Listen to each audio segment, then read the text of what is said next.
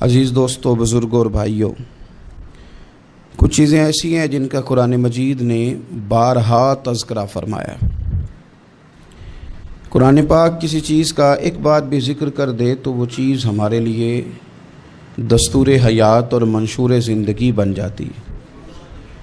لیکن اگر اللہ تبارک و تعالیٰ کسی چیز کا بار بار تذکرہ فرمائے تو معنی یہ ہے کہ اس کی ہمیں بہت ہی زیادہ ضرورت ہے۔ ان چیزوں میں سے ایک چیز صبر ہے۔ قرآن پاک نے 100 سے زیادہ مرتبہ صبر کا تذکرہ فرمایا۔ اتنی بڑی بات کو سمجھیے گا کہ 100 سے زیادہ مرتبہ قرآن پاک نے تذکرہ کیا ہے صبر کا، اور مختلف انداز میں۔ کہیں فرمایا کہ وَبَشِّرِ الصَّابِرِينَ، اے محبوب صبر کرنے والوں کو خوشخبری سنا دیجیے۔ کہیں فرمایا ان اللہ مع الصابرین، بے شک اللہ صبر کرنے والوں کے ساتھ۔ تو مختلف انداز میں، مختلف طریقوں سے اللہ تعالیٰ نے صبر کا تذکرہ فرمایا۔ سوسائٹی کے اندر، معاشرے کے اندر اور مسلمانوں کے اخلاقی رویوں کے اندر اگر صبر کو داخل کر لیا جائے تو ہم محسوس کریں گے کہ ہماری زندگی نہ صرف یہ کہ آسان ہو گئی ہے بلکہ محبتوں والی ہو گئی ہے، چاہتوں والی ہو گئی ہے۔ ہمارے رشتے ایک دوسرے سے ٹوٹ نہیں رہے بلکہ بننا شروع ہو گئے۔ تھوڑا سا صبر بہت ساری چیزوں کو ٹوٹنے سے بچا لیتا ہے۔ قرآن مجید کی جو آیت کریمہ میں نے تلاوت کی، یہ سورہ آل عمران کی آخری آیت ہے۔ اللہ تعالیٰ نے فرمایا یا ایھا الذین آمنوا اصبروا وصابروا، اے ایمان والو صبر کرو، صابر بنو۔ اے ایمان والو صبر کرو اور صابر بنو۔ کیا مطلب؟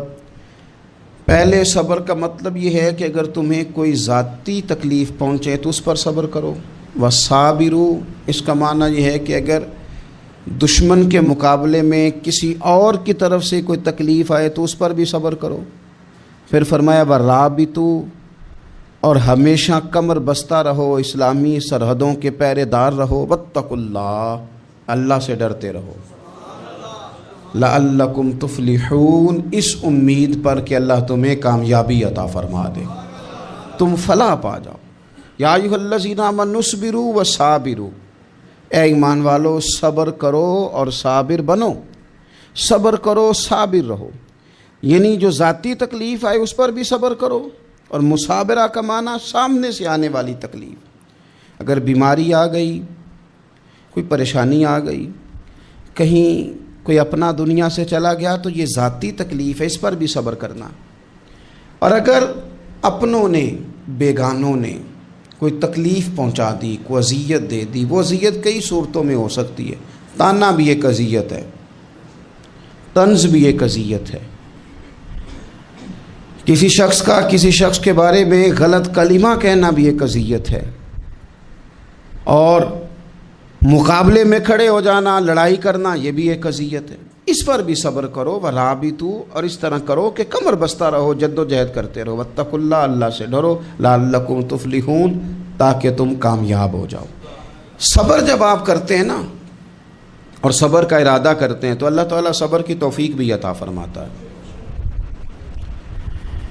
ہم نے یہ دیکھا ہے کہ ہمارے پاس نعمتوں کی کمی نہیں، ہمارے فریزر خوراک سے بھرے ہوئے ہیں، ہمارے دسترخوانوں پہ انواع و اقسام کی چیزیں چنی ہوئی ہیں، ہماری الماریوں میں کئی ہمارے لباس تیار شدہ لٹکے ہوئے ہیں، ہماری جیبوں میں ہماری ضرورت کا سرمایہ اللہ نے ہمیں دے دیا ہے۔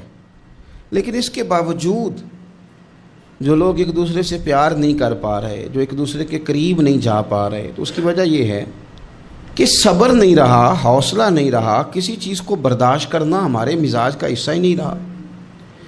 اور پھر چونکہ امت مسلمہ نے انقلاب برپا کرنا تھا، دنیا کو پیغام حق دینا تھا، اگر ان کے اندر حوصلہ ہی نہیں ہوگا، اگر انہیں صبر ہی نہیں کرنا آئے گا، استقامت ہی نہیں ہوگی، کہیں رکنا ہی نہیں آئے گا، تو یہ میدانوں کو سر کیسے کریں گے؟ کامیابیاں کیسے ان کا مقدر بنیں گی؟ رمضان المبارک میں بھی ماحول یہ ہو کہ افطاری سے 1 گھنٹہ پہلے نظر پوری ٹک جائے گھڑی پہ، اور تھوڑا سا بھی صبر مشکل ہو. اور رمضان المبارک میں سحری کے وقت میں اگر دہی والی دکان پہ بھی جھگڑا ہی ہو رہا ہو اور شام کو سامان خریدنے میں بھی اگر بحث ہی ہو رہی ہو, تکرار ہو, جھگڑا ہو, تو پھر سیکھا کیا؟ پھر وہ جو ہمیں تربیت دی جا رہی تھی کہ ہم نے صبر کرنا ہے, تو پھر ہم نے اس میں حاصل کیا کیا؟ حدیث پاک سنیں گے آپ کی طبیعت بڑی ٹھنڈی ہوگی. میرے نبی پاک صلی اللہ تعالیٰ علیہ وسلم ارشاد فرماتے ہیں کہ جو بندہ سوال سے بچنا چاہے گا, ارادہ کرے گا اللہ میں نے کسی سے نہیں مانگنا, فرمایا جو سوال سے بچنا چاہے گا رب اسے سوال سے بچا لے گا. اور جو لوگوں سے بے نیاز ہونا چاہے گا, کہے گا یا اللہ مجھے دنیا داروں کا محتاج نہ بنا, اپنی بارگاہ سے عطا فرما. جو لوگوں سے بے نیاز ہونا چاہے گا اللہ لوگوں سے بے نیاز کر دے گا. اور فرمایا جو صبر کا ارادہ کرے گا اللہ اسے صبر کی توفیق بھی عطا فرما دے گا. ارادہ تو کرے, پروگرام تو بنائے, توفیق تو اللہ دے گا. جو صبر کا ارادہ کرے گا اللہ صبر کی توفیق بھی عطا کر دے گا. اور حضور صلی اللہ تعالیٰ علیہ وسلم فرمانے لگے یاد رکھو کسی بندے کو جو بہترین تحفہ دیا گیا ہے نا, اگر کسی کو کوئی بہترین عطیہ ملا ہے تو پھر اللہ تعالیٰ نے اسے صبر عطا فرمایا ہے. یہ بہترین تحفہ ہے, اس سے زندگی سنور جاتی, اس سے انسان باوقار اور مطمئن ہو جاتا ہے, اس سے اس کے شب و روز آسانی سے بیتتے ہیں, وہ دنیا کی پک ڈنڈیوں سے آسانی سے گزر کے اللہ کی بارگاہ عالی مرتبت میں سرخرو ہو کر حاضر ہو جاتا ہے. لیکن اگر بے حوصلہ ہو, صبر نہ ہو, پھر نقصان روز بروز بڑھتا ہے. اور پھر میرے رسول پاک صلی اللہ تعالیٰ علیہ وسلم ارشاد فرماتے ہیں کہ اصل بات یہ ہے کہ اللہ تعالیٰ نہ کسی بندے کا درجہ بلند کرنے کا ارادہ فرماتا ہے, لیکن اس کے اعمال اس طرح کے نہیں ہوتے کہ اس کا درجہ بلند کیا جائے. اب رب کیا کرتا ہے, اللہ تعالیٰ اس کو مال کی, جان کی, اولاد کی کسی مشکل میں ڈال دیتا ہے. اس مصیبت پر وہ بندہ صبر کرتا ہے تو اللہ تعالیٰ اس کا درجہ بلند فرما دیتا ہے. اعمال اس قابل نہیں تھے کہ درجات بلند ہوں, وہ اعمال کی بنیاد پر نہیں کر سکتا تھا تو اللہ نے کسی مشکل میں ڈال کے نا اپنے فضل سے درجہ بلند کر دیا. اب جو راہ طریقت کا مسافر تھا, جو سلوک کی منازل طے کر رہا تھا, جو اللہ رسول کے قریب جانے چاہ رہا تھا, اس کے لیے کتنی آسانی ہو گئی کہ مجاہدہ تو زیادہ نہ کر سکا, کثرت سے نفلی صوم و صلات کا بندوبست تو نہ کر سکا, تھوڑا سا صبر کیا, رب نے اپنا اور اپنے محبوب کا قرب عطا فرما دیا. تو یہ تو آپ صبر کرنے کے لیے جب نکلے ہیں تو آپ نے تو رب رسول کو پا لیا. یہ صبر تو وہ والا سفر ہے جس کی جو منزل ہے وہ اللہ رسول کا قرب ہے.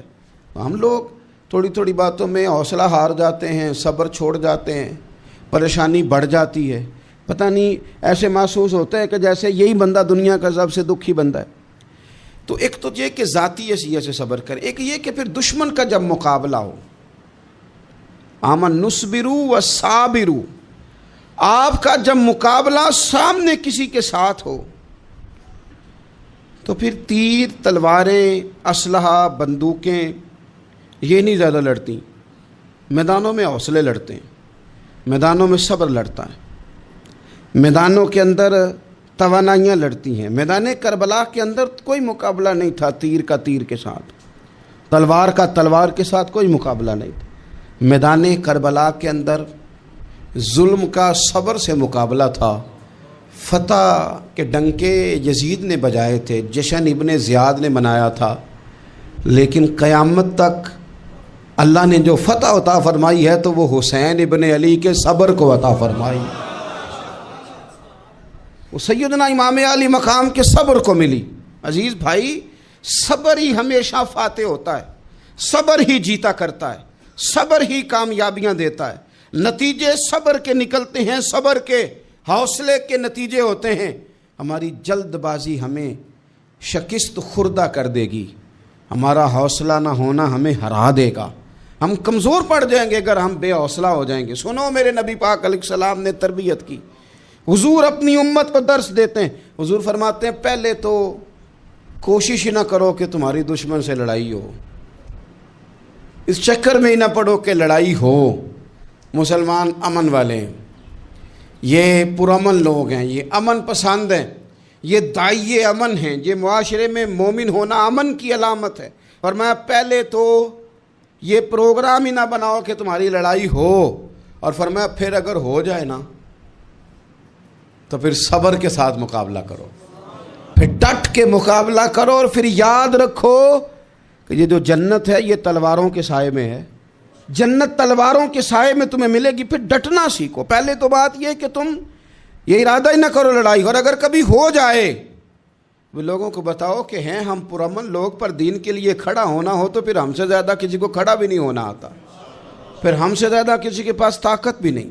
حضرت مولا علی شیر خدا رضی اللہ تعالیٰ عنہ کے زمانے میں کفر کے ساتھ ایک جنگ ہو رہی تھی، تو کافروں نے نا جاسوس بھیجے کہ یار پتہ تو کرو مسلمانوں کی تیاری کس طرح کی ہے۔ تو جاسوس واپس جا کے کہنے لگا سمجھ کوئی نہیں آئی ان کی، وہ تو راہب قسم کے لوگ ہیں، صوفی قسم کے لوگ ہیں، وہ تو کٹے ہوئے ہیں دنیا سے، مسلوں پہ بیٹھ جاتے ہیں، رات کو تو لگتا ہے دنیا سے تعلق ہی کوئی نہیں، لیکن سویرے اٹھ کے میدان میں تلوار لے کے نکلتے ہیں تو لگتا ہے ان سے بڑا مجاہد ہی کوئی نہیں۔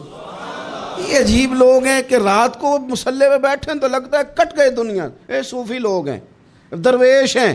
یہی مسلمان کی شان ہے، ہو ہلکا یاراں تو برے شم کی طرح نرم، رزم حق و باطل ہو تو فولاد ہے مومن، ادھر آ ستمگر ہنر آزمائے تو تیر آزما، ہم جگر آزمائے، ہم تجھے اپنا حوصلہ بتاتے ہیں کتنا، دیکھ ہمارے حوصلے سے ٹکرا کے دیکھ یہ کتنا طاقتور اور مضبوط ہے۔ تو عزیز بھائی، اگر زندگی میں آپ کو صبر کرنا آ گیا، میں بڑے دنوں سے یہ عنوانات بیان کر رہا ہوں، اور آج تو خصوصی طور پر رمضان شریف کے اس جمعے میں اپیل کرنا چاہتا ہوں آپ سے کہ کمزور باتیں کرنی چھوڑ دیں، مایوسی کے جملے اپنی زندگی سے نکال دیں۔ ہم مسلمان ہیں، آپ بیمار ہو گئے ہیں تو یہ بھی خدا کا فضل ہے، گناہ معاف ہوں گے۔ اگر اللہ تعالیٰ نے فقیر بنا دیا، غریبی آ گئی ہے تو یہ بھی فضل ہے، امیروں سے پہلے جنت میں جائیں گے۔ اگر اللہ تبارک و تعالیٰ نے کسی جگہ آپ کو مکان نہیں دیا اور دوسرے کو دے دیا ہے تو آپ وہ لوگ ہیں جو عظیم سنت ادا کر رہے ہیں سیدنا بلال حبشی کی۔ اگر کسی جگہ کوئی کمزوری آ گئی ہے، کوئی پیچھے رہ گئے ہیں تو یہ خدا کا فضل ہے۔ اللہ تعالیٰ نے چاہا ہمارے لیے جو فیصلہ تو ہم اس پہ راضی ہیں، لیکن اپنی زندگی میں اور شکوے اتنے بڑھا لیے، ہم نے اتنے بڑھا لیے کہ لوگوں سے شکوے کرتے کرتے رب رسول سے بھی شروع کر دیے۔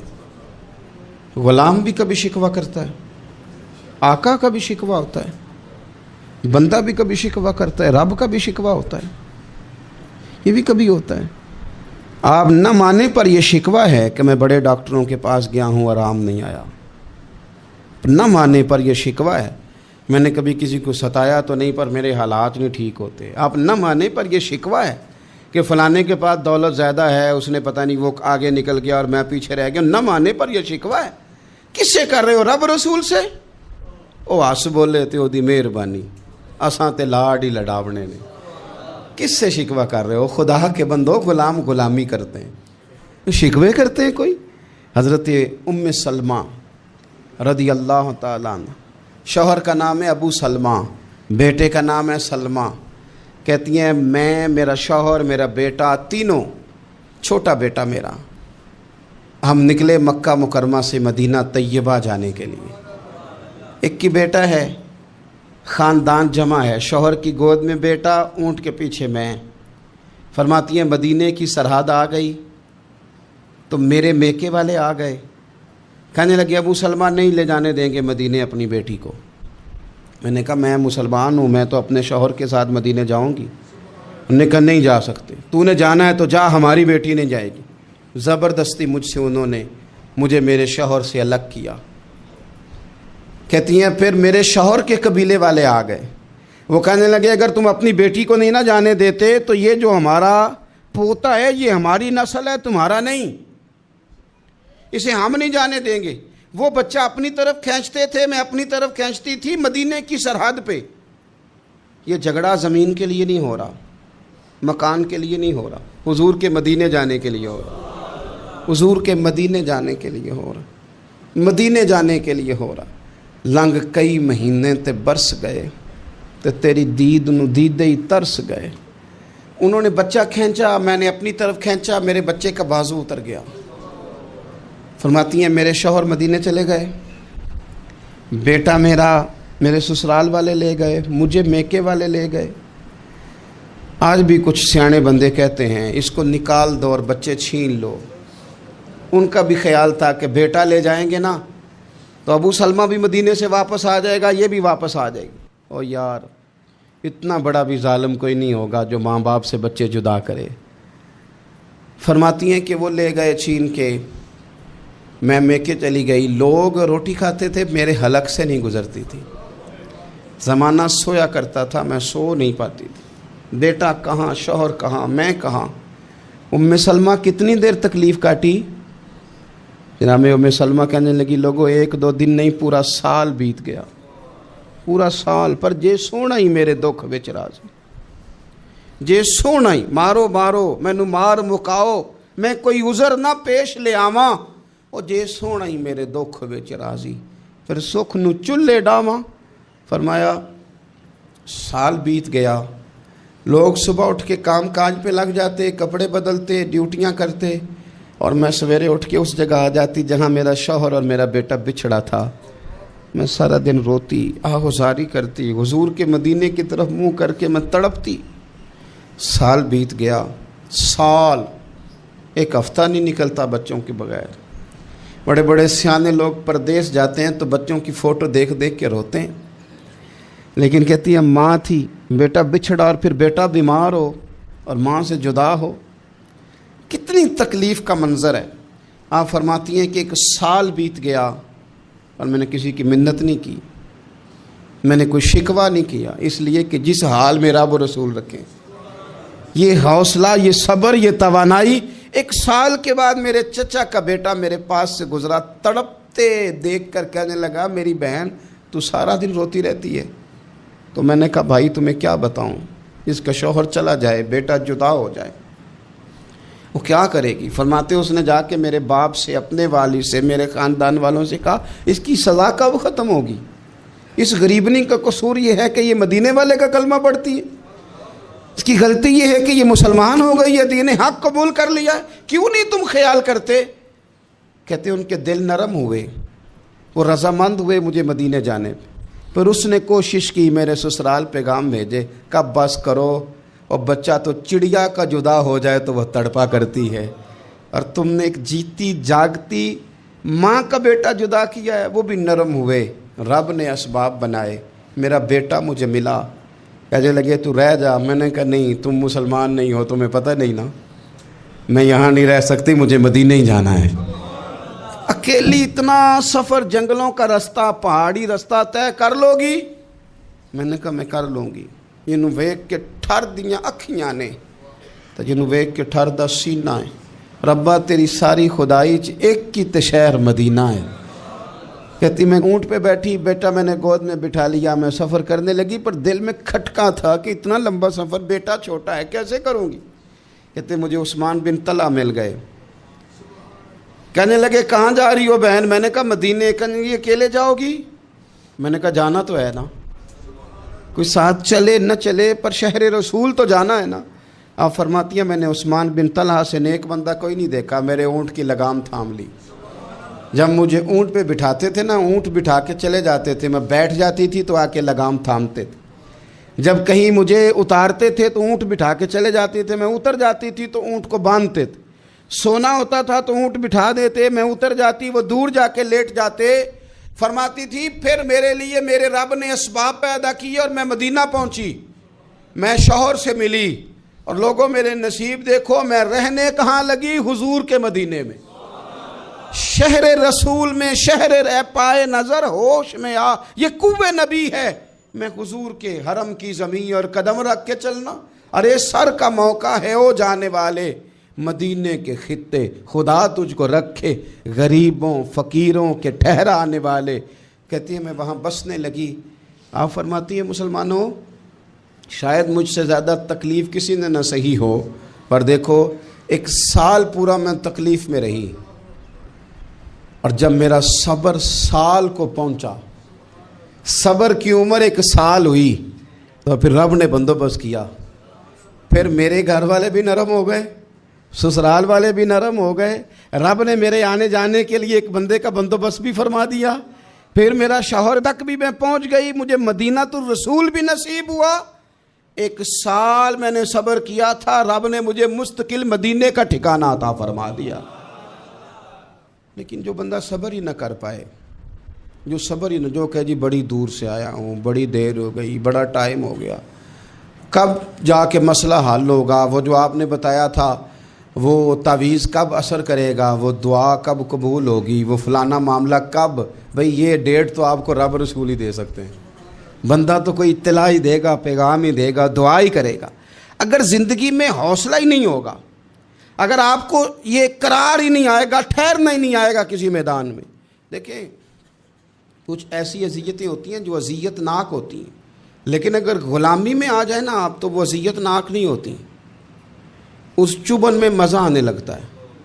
کئی درد بھی مزیدار ہوتے ہیں, کئی درد بھی, کبھی زخم ٹھیک ہونے پہ آ جائے نا تو اسے چھیڑو تو مزہ آتا ہے, اس لیے کہ کچھ درد بھی مزیدار ہوتے ہیں. آتش سے کسی نے کہا تو روتا بڑا ہے, اس نے کہا محبوب کی یاد میں تڑپتا ہوں, ابھی تو ایک دل ہے, میرے تو خواہش تھی کبھی 2 ہوتے نا تو صحیح کر کے تڑپتا. رب نے دل ایک بنایا, کہتا وہ مزہ دیا ہے تڑپ نے کہ میری آرزو ہے یا رب, میرے دونوں پہلوؤں میں دل بے قرار ہوتا.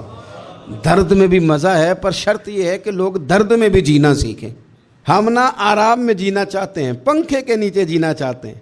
کاش کہ ہمیں صحرا میں بھی نیند کا مزہ لینے کا طریقہ آئے, پھر زندگی کے سارے راستے آسان ہیں, پھر اقرار بھی مشکل نہیں. لیکن چونکہ حوصلہ نہیں, صبر نہیں, وہ والا قرار نہیں جو ایک مسلمان سے رب رسول کا مطالبہ ہے.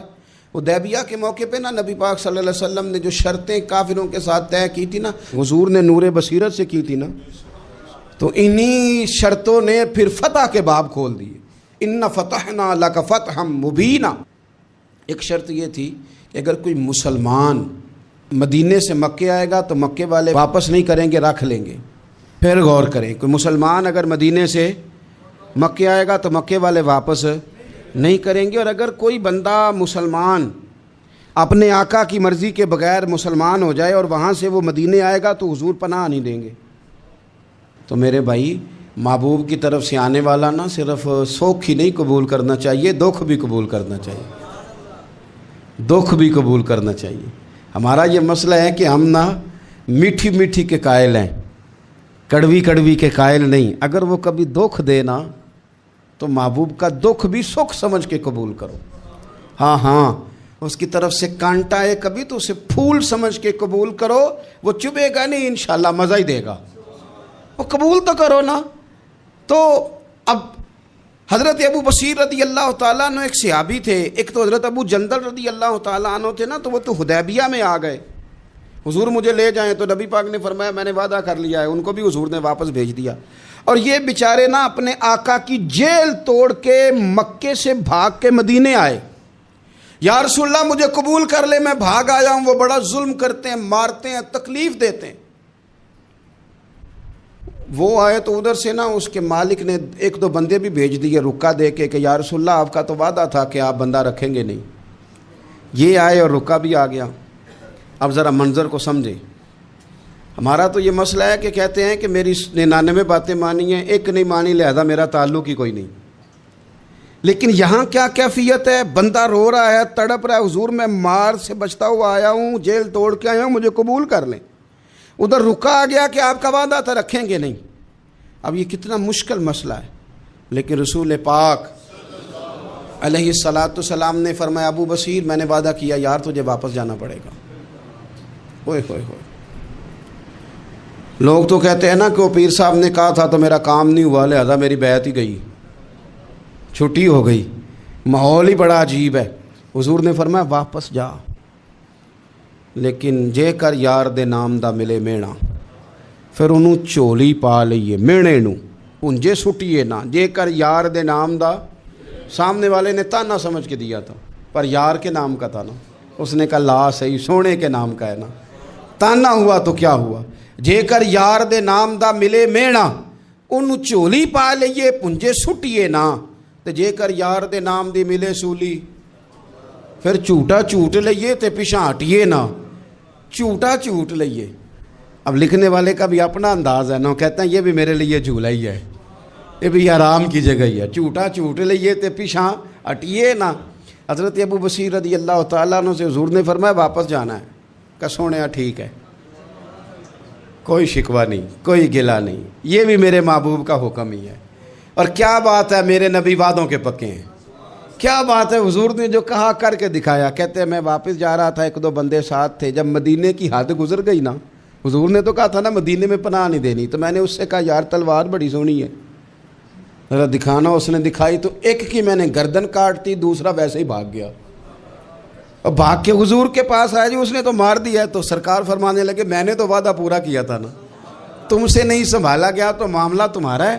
اب حضرت ابو بصیر رضی اللہ تعالیٰ عنہ واپس آئے، عرض کی حضور اب میرے لیے کیا حکم ہے؟ حضور نے فرمایا میاں حکم وہی ہے، مدینے میں ہم نہیں رکھ سکتے، تم مدینے میں صحابہ تھے نا، حضور کی باتوں سے خوشبو لیتے تھے، مدینے میں نہیں رکھ سکتے۔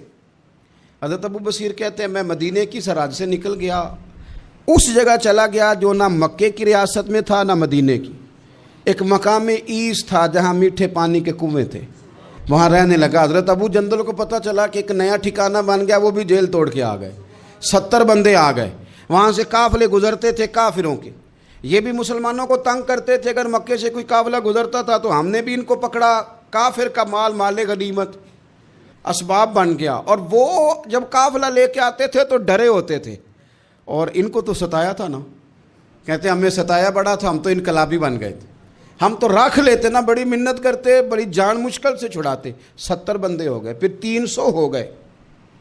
تب وہ بصیر کہتے ہیں دنیا مدینے جاتی تھی لیکن ہم تڑپتے تھے، ہم تڑپتے تھے، روت لنگ گئی ہے پھر باہر آندی تے اج چٹھیاں مدینے آئیاں نہیں، ہم تڑپتے تھے کہ یار کوئی موقع ملے، روز رات کو روتے تڑپتے۔ 300 انقلابیوں کا جتھا صبر سے بیٹھا ہے مدینے کی سرحد پہ، اندر آنے کی اجازت نہیں، اور غلامی میں روز اضافہ ہو رہا ہے۔ صبر دیکھو، غلامی میں روز اضافہ ہوتا ہے۔ تنگ آ گئے کافر، پہلے بڑی ڈینگیں مارتے تھے کہ دیکھو ہم نے کیسی شرط منوائی ہے، کیسی شرط منوائی ہے کہ ان کا بندہ آئے گا تو ہم واپس نہیں کریں گے، ہمارا جائے گا تو انہیں کرنا پڑے گا۔ پھر اتنے تنگ آئے کہ خود آ کے کہنے لگے حضور مہربانی کریں، یہ شرط تو ختم کرے نا، اور ان 300 کو تو مدینے بلائیں، مہربانی فرمائیں۔ حضور بڑے خوش ہوئے، آج غلاموں کے نام پیغام لکھا، غلاموں کے نام پیغام لکھا، چٹھی لکھی حضور نے۔ چٹھی کس چیز کی لکھی؟ آ جاؤ یار مدینے آ جاؤ، چٹھی آئی مدینے آنے کے لیے، حضرت ابو بصیر کے نام چٹھی گئی، آ جا یار مدینے، آ جا تیرے نام پیغام سب لائی ہے سرکار نبی سے، اور آیا ہے بلاوا مجھے دربار نبی سے۔ پیغام آیا۔ حضرت ابو بصیر اتنے بیمار تھے کہ نزع کا عالم تھا، لیکن اس عالم میں بھی انتظار تھا۔ اس آخری ویلے اکھیاں میریاں رات تکنائیں تیرا تے سجنا کچھ بھی نہیں جانا، یہ پا جاویں ایک پھیرا تے سر میرے تے آن کھلویں تے پھر پردہ رہ جائی میرا، سوکھا نکلے صاحب ظہوری یہ ویخ لوے مکھ تیرا۔ حضرت ابو بصیر کو نہ وہ رکا گیا، حضور کی چٹھی گئی تو یوں چٹھی پڑی، حضور نے فرمایا آ جانا، رستہ کھل گیا ہے، تو آ جا، کھل گیا رستہ۔ دعا فرماؤ مدینے کے رستے کھل جائیں، کرو نا یار دعا مدینے کے رستے کھل جائیں۔ کچھ ایسے ہیں جنہوں نے سارے دکھ سنانے ہی مدینے جا کے ہوتے، کچھ لوگ ایسے ہیں جن کے دل اور کلیجے پھٹنے کو آ گئے، دعا کرو رستے کھل جائیں۔ حضور نے فرمایا آ جا تیرا راہ کھل گیا۔ حضرت ابو جندل کہتے ہیں میں سرانے کھڑا تھا، حضرت ابو بصیر کے خط پڑھا، مسکرائے، اشارے سے کہنے لگے دیکھ میرے نبی کا خط ہے، حضور کی چٹھی میرے نام آئی ہے، پڑھنا۔ میں نے بھی پڑھی، پہلے روئے، پھر کلمہ پڑھا، پھر میرا ہاتھ تھاما، روح ہی پرواز کر گئی، ہمیشہ کے لیے، ہمیشہ کے لیے۔ وہ ظاہری جسم کے ساتھ تو مدینے نہ پہنچے، پر قبر میں گئے تو مدینے والے کی زیارت نصیب ہو گئی، قبر میں حضور کی زیارت نصیب ہو گئی، قبر میں۔ حضرت ابو جندل کہتا ہے میں نے جنازہ پڑھا اور اسی مقام پہ جہاں انہوں نے انتظار کیا تھا نا، وہ مقام میں انتظار ان کا مزار بنا، مزار کے ساتھ مسجد بنی، مسجد کا نام مسجد ابو بصیر رکھا گیا۔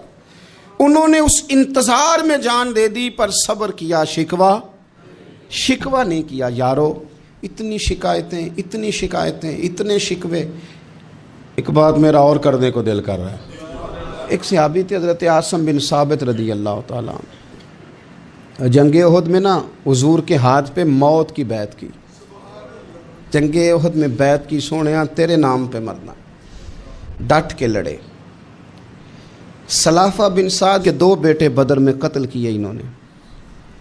اس نے قسم کھائی کہ معاذ اللہ میں ان کا سر منگا کے تو ان کی کھوپڑی میں شراب پیوں گی۔ سلافہ بن سعد نے یہ قسم کھائی کہ میرے 2 بیٹے قتل کیے ہیں، میں ان کی کھوپڑی میں شراب پیوں گی معاذ اللہ۔ ایک قبیلہ غزیل تھا، انہوں نے احد کے بعد حضور سے کہا کچھ قاری ہمیں دے دیں، ہم نے قرآن سیکھنا ہے۔ تو نبی پاک نے کچھ بندے بھیجے تو عاصم بن ثابت کو بھی بھیجا، لیکن انہوں نے دھوکہ کیا، وہاں جا کے ان کو گرفتار کر لیا۔ جب گرفتار کر کے مکے والوں کے ہاتھ بیچنے لگے تو حضرت عاصم بن ثابت نے تلوار نکال لی، فرمانے لگے میں کافر کا قیدی ہو کے جینے سے بہتر ہے شہادت کی موت مر جاؤں۔ کافروں کا قیدی لڑے اور فرمانے لگے میرے کمان میں تیر باقی ہے، میں لڑوں گا اور اتنا لڑوں گا کہ تمہیں پتہ چلے گا مجھے لڑنا آتا ہے۔ اور فرمایا میں صبر کروں گا اور صبر کر کے دکھاؤں گا، میں ڈٹوں گا اور تمہیں ڈٹ کے۔ اکیلا بندہ میدان میں ڈٹ گیا، اکیلا۔ جب تیر ختم ہو گئے تو پھر نیزہ نکال لیا۔ یہ بات آپ کو اس لیے سمجھا رہا ہوں کہ کچھ لوگ کہتے ہیں جی میں اکیلا کیا کروں، تو یہ آخر میں یاد رکھیں کہ صبر آپ نے کرنا ہے چاہے اکیلے بھی رہ جائیں، حوصلہ کرنا ہے چاہے اکیلے بھی رہ جائیں۔ اکیلے لڑے، تیر ختم ہو گئے تو نیزہ نکال لیا، خوب لڑے۔ اب اس نے قسم کھائی تھی کہ میں نے ان کی کھوپڑی پہ معاذ اللہ کھوپڑی منگانی ہے، سر منگانا ہے، اور یہ جو لے جا رہے تھے دھوکے کے ساتھ یہ بھی بیچنے لے جا رہے تھے۔ تو جب تھک گئے نا اور چاروں جانب سے جسم میں تیر پہ وسط ہو گئے تو دعا مانگی، اکیلا بندہ اور صبر کا مقام، دعا مانگی، کہا اے اللہ میں نے آخری دم تک تیرے دین کی حفاظت کی ہے، اب تو میرے جسم کی حفاظت کرنا، ان کے ہتھے نہ چڑھ جائے میرا جسم۔ حضرت عاصم بن ثابت رضی اللہ تعالیٰ عنہ شہید ہو گئے۔ کافر قریب گئے جسم پکڑنے کے لیے، گرفتار کرنے کے لیے، سر کاٹنے کے لیے، تو شہد کی مکھیاں آ گئیں، پورے جسم پہ قبضہ کر لیا۔ قریب جاتے تو مکھیاں لڑتی، کہنے لگے پیچھے ہٹ جاؤ، شام ہوگی نا توڑ جائیں گی، پھر ہم سر کاٹ لیں گے۔ شام تک چاروں جانے بیٹھے رہے، نہ کوئی ہوا آئی، نہ کوئی بادل برسا، نہ کوئی طوفان آیا۔ شام کو انہوں نے اٹھانا تھا، ایک ریلا آیا پانی کا اور جناب عاصم بن ثابت کی لاش مبارک کو بہا کے لے گیا۔ میرے رب نے اس میدان میں بھی یہ بتلایا کہ جو صبر کرے نا رب اس کے جسم کی بھی حفاظت فرمایا کرتا ہے، کہ جسموں تک کی آخری دم تک اللہ کی مدد ان کے سامنے حال رہتے۔ ربنا افرغ علینا صبرا وثبت اقدامنا فانصرنا علی القوم الکافرین۔ آخر دعوایا ان الحمد للہ رب العالمین۔